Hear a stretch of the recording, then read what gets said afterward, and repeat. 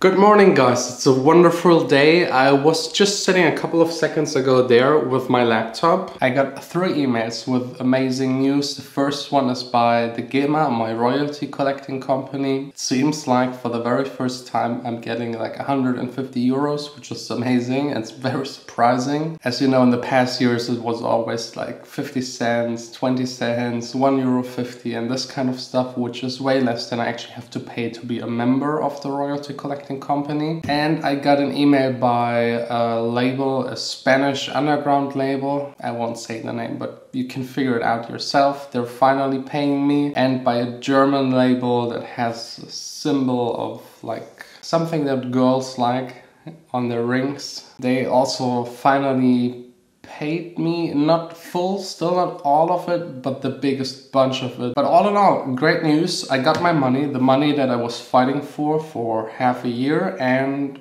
finally not broke anymore, not at all. I'm financially as stable as never before since I'm doing these videos. So those are amazing news. I'm extremely happy.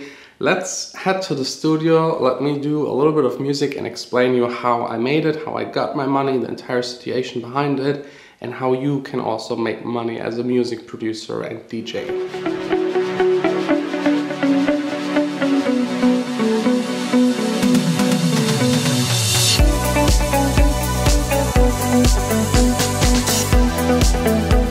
Okay, in the studio, guys, I already worked a couple of hours, worked on the remix. I can't share you anything about the working process of this remix anyways. I can just tell you I finished it already, sent it to them. They wanted me to change a couple of things.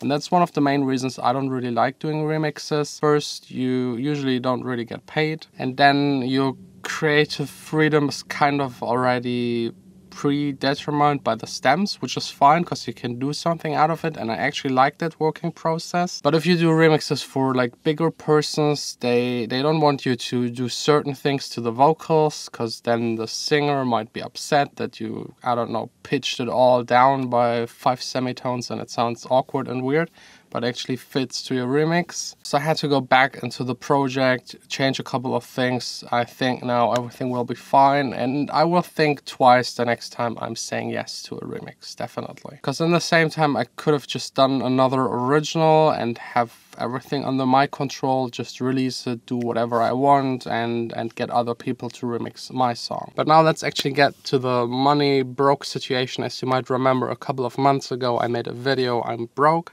Today I'm making a video, I'm not broke anymore, or something like that. The backstory is kind of, I was struggling financially, because as you know, like 2 years ago I stopped working as a ghost producer. That was my 100% main income source. I was doing that full-time, making music for other people and never having my name being mentioned. Then 2 years ago I decided to stop doing that and like have the last chance, the last try to actually make what I always wanted to make, and that was like my own music project, Jon Sine, trying to make it bigger, trying to release more tracks, trying to just, yeah, be my own artist, my own project. And if you're interested in how I ended up here and how everything worked out and how I made the transition from being a ghost producer to just producing my own stuff, you can go back and watch 400 something videos about it. It's all in those videos. At the beginning of this year, I was starting to struggle financially. All of the money that I have saved up from the ghost production phase kind of vanished. I reinvested it,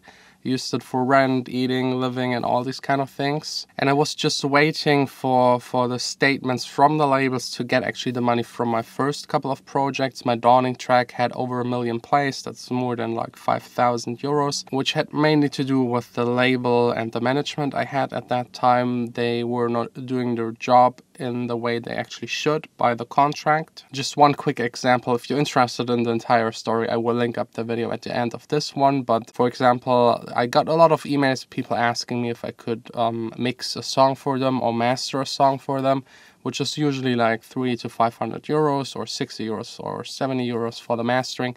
And my management just didn't answer those emails. They checked them, they saw them, they never told me about them, and they never answered. People are straight up asking, hey, how much do I have to pay to get this and that? And I think that's like one of the main things the management should do for you. They never proactively did anything for me. They never wrote to any labels, didn't get me any label deals besides the label deals with themselves, which is like a bad thing to do.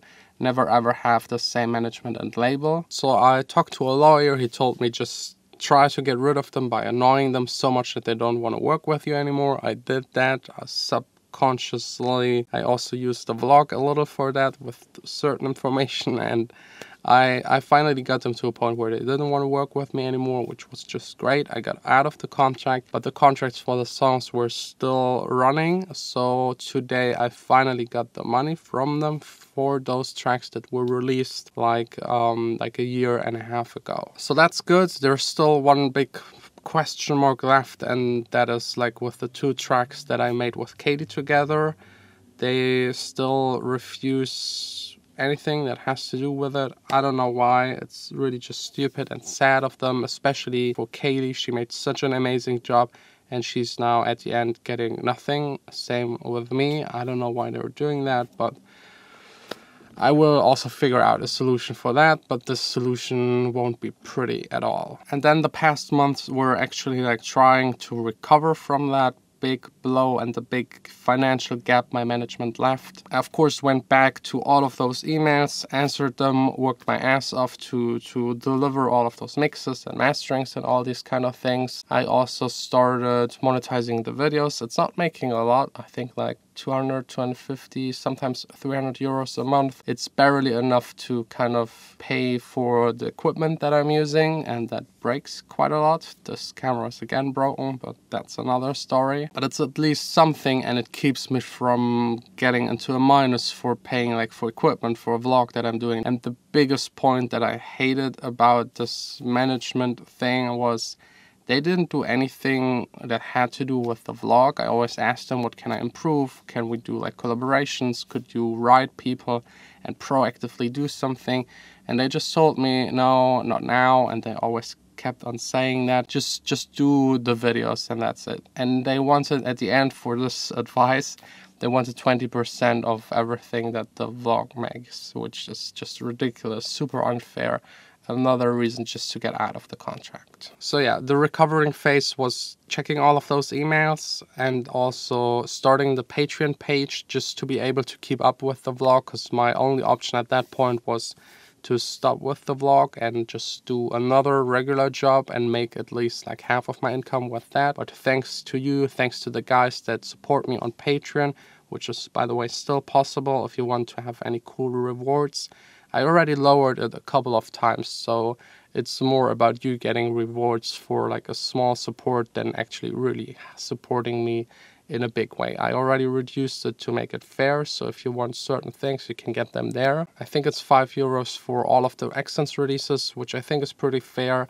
And you can also get like private lessons and Skype calls and feedback sessions with me. And then the big next step was actually to starting my own label. That's how I got myself out of this situation. I don't have to rely anymore on other labels. If I want to release with another label, I can. If I don't want to, I still have my own label. I can output whatever I want. I also have a platform now to release your songs. If you're interested, by the way, the link is in the description where you can send me your demos. And as I already said a couple of times, I listen to every single demo at least like twice a month, and you will get a response from me saying that I listen to it, so that you know that I listen to it and it doesn't fit to the label or it fits to the label, just so you don't have to like wait and guess. Because I know this situation. I send out plenty of tracks and it's always like, yeah, shit, to just wait and don't get a response, and then you don't know if you should write them again or not. So this way all of this is eliminated. And now today finally that I got that money from those 2 labels and like the smaller amount from my royalty collecting company, I'm like, yeah, everything's good again. I can now fully invest back into the label. I think that's like the main thing I want to grow, besides of course my own music, and trying to just keep up with the videos every day That's like my main focus at the moment. So I hope this clarifies the situation. A lot of people were asking, a lot of people were complaining about me buying certain things or getting this keyboard, which I didn't actually pay for, because they still had this I'm broke vlog in their mind. I was really in a very bad situation. This was no fake, no joke, nothing like that. I also had a couple of serious conversations with Vanessa, how I could actually keep up doing what I do and if I should do something else. At one point, there was even the option that I would just go back to university, which I luckily didn't have to do because I just hate school, university. I don't know, it's just not my thing. I prefer working. We will see us tomorrow again. I will have now to continue with the remix. As I said, there's nothing I can share about it. Not a single stem, not the name, not nothing about it. It's all like secret. I was kindly asked to not share it, so we'll respect that. We will see us tomorrow again. Don't forget to like, subscribe, and yeah, if you have any questions about this money situation, being broke, how to get out of it, just let me know in the comments. I will try and answer all of them.